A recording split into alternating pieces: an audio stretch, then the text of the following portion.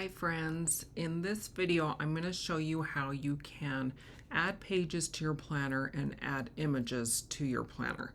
So over here on the right I'm going to click on trainings, and here I've added text boxes just to name my folders. So you can name them whatever you want, like they can be, you can break them down even more, like you could do BBL, you could do power hours, you could do, so you can break them down however you want. So let's just say under BBL we're having a training and I want to insert some graphics from that training.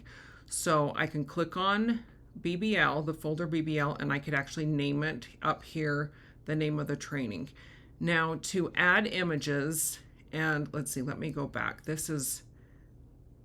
So under TLT, this is where I added some of the training images from a training that Jocelyn did. So I'm just going to show you under the BBL one how I did that. So click on the folder, and every folder has one page, and you can add additional pages that will go after the first page.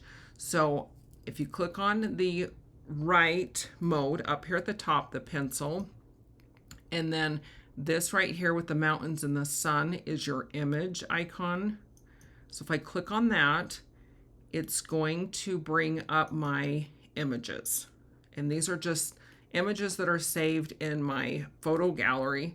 And you can insert from, if you're on a computer, you can insert from, you can probably do this on your phone too, but let's see, we are on a MacBook today. So under my photos, and then I can choose any image that I have saved. So you can download it from anywhere. If it was an image that was provided in like Telegram, you can download the image, it'll go to your photos or wherever you end up saving it on your computer. You just need to know where it is saved. And then I just click on the image and open it. And then here I can resize it. I can crop it. So if I click on it, I can crop it. So if I want it to be a little bit smaller, I can just drag the little handles there, and then I can move it around.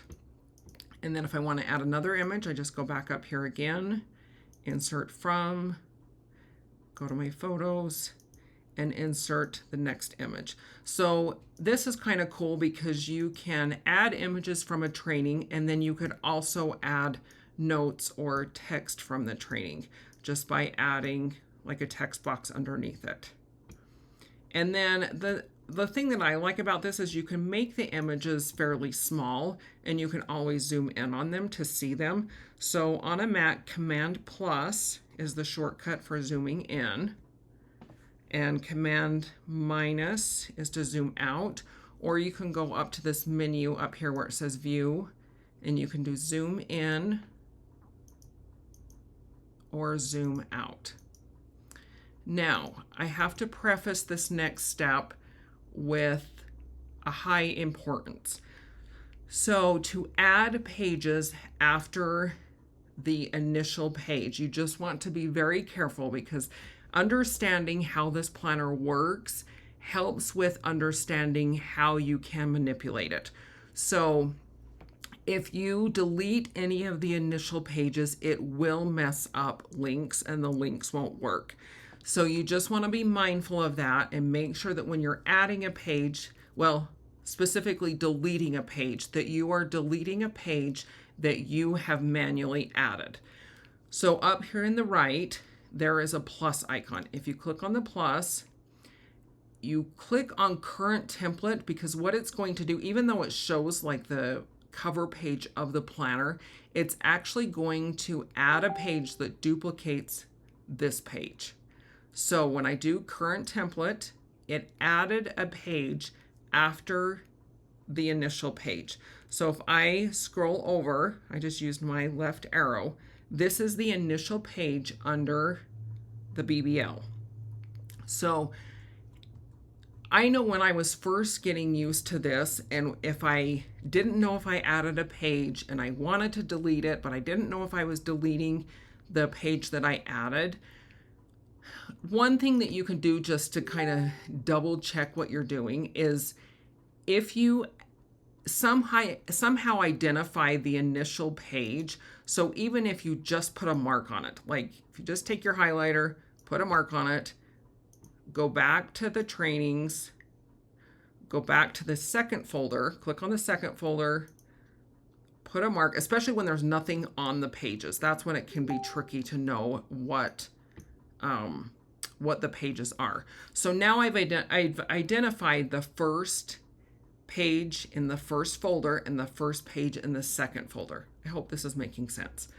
So now if I go back to my BBL folder, if I hit my right arrow, I know that this is a page that I have added because it's not the initial page and it's not the second folder's first page.